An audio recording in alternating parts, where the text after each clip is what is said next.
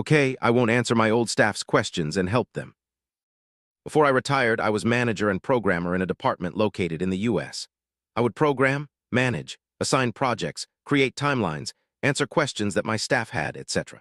The company I worked for decided to consolidate the US and UK programming departments, and the new boss decided have only managers in the UK oversee the programmers in the US. This meant that I was only supposed to keep programming. I had the most experience among all the US-UK programmers, and no longer needed to do the management side of things. But I still got the same pay I used to.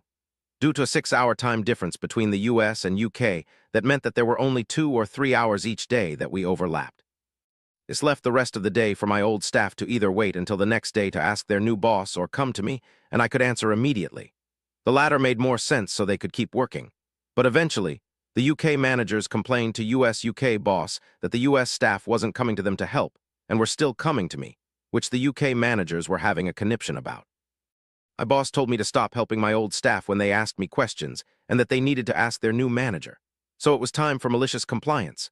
I went back to only programming, and when my old staff came and asked me questions, usually in the afternoons US time since the UK was done for the day, I told them I was told to no longer help them, and they should ask their new UK manager the next day, or send their UK boss an email with their question. I told them it was time for malicious compliance, since the US programmers knew exactly what would happen. So my old team started deluging their UK bosses with questions, problems, etc., and then had to wait until the next day or two to get answer. Within 2 weeks, the US team was missing deadlines, etc., and the UK managers had to answer for why their team was missing deadlines. After a couple more weeks, my boss and the UK managers came to the realization that due to the 6-hour time difference, there should be manager in the US, which is exactly what I told them weeks ago.